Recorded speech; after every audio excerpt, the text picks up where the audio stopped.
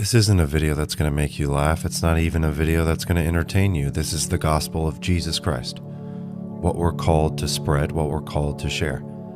In one chapter, this chapter describes the gospel perfectly, and it's written by the Apostle Paul. And I know you have a few minutes.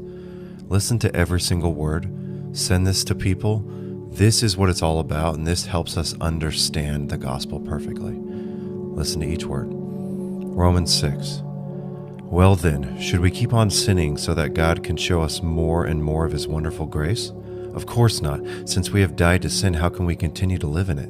Or have you forgotten that when we were joined with Jesus Christ in baptism, we joined Him in His death?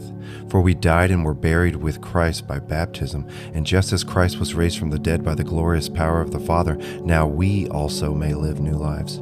Since we have been united with Him in His death, we will also be raised to life as He was. We know that our sinful selves were crucified with Christ so that the sin might lose its power in our lives.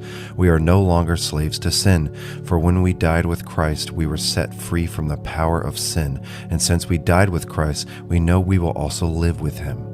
We are sure of this because Christ was raised from the dead, and He will never die again. Death no longer has any power over Him. When He died once to break the power of sin. But now that He lives for the glory of God. So you also should consider yourselves to be dead to the power of sin and alive to God through Christ Jesus.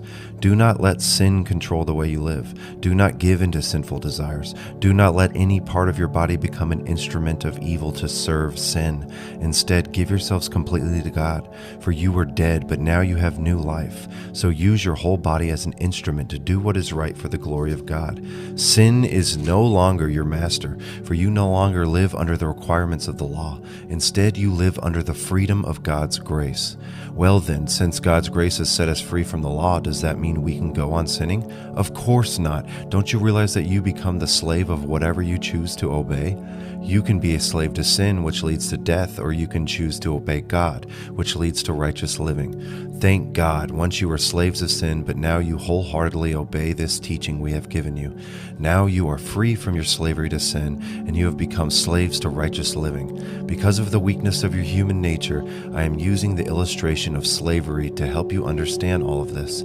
Previously, you let yourselves be slaves to impurity and lawlessness, which led ever deeper into sin. Now you must give yourselves to be slaves to righteous living, so that you will become holy. When you were slaves to sin, you were free from the obligation to do right.